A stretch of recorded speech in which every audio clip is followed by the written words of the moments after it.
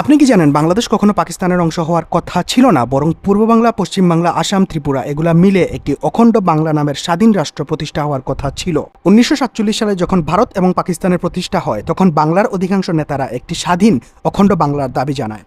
এই নেতাদের মধ্যে অন্যতম ছিলেন হুসেন শহীদ সোহরাওয়ার্দী, যিনি সম্পূর্ণ বাংলার প্রাইম মিনিস্টার ছিলেন এবং পরবর্তীতে তিনি পাকিস্তানের পঞ্চম প্রাইম মিনিস্টার হন। এমনকি হুসেন মোহাম্মদ সোহরাওয়ার্দী তৎকালীন পাকিস্তানের প্রেসিডেন্ট মোহাম্মদ আলী জিন্নাকেও এই বিষয়ে রাজি করাতে সক্ষম হন এবং ইন্ডিয়ার পক্ষ থেকে মহাত্মা গান্ধীও এই বিষয়টিকে সমর্থন জানায়।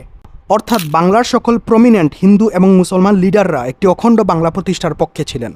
কিন্তু ভারতের কংগ্রেসের অধিকাংশ নেতারা ছিলেন অখণ্ড বাংলা প্রতিষ্ঠার বিরুদ্ধে, কেননা তাদের মতে যদি অখণ্ড বাংলা প্রতিষ্ঠা হয় সেখানে হিন্দুরা সংখ্যালঘুতে পরিণত হবে এবং মুসলমানরা সকল ক্ষমতার অধিকারী হবে। তার উপর 1947 সালের দিকে পুরো ভারতীয় উপমহাদেশে হিন্দু মুসলিম দাঙ্গা দিন দিন বেড়েই চলছিল।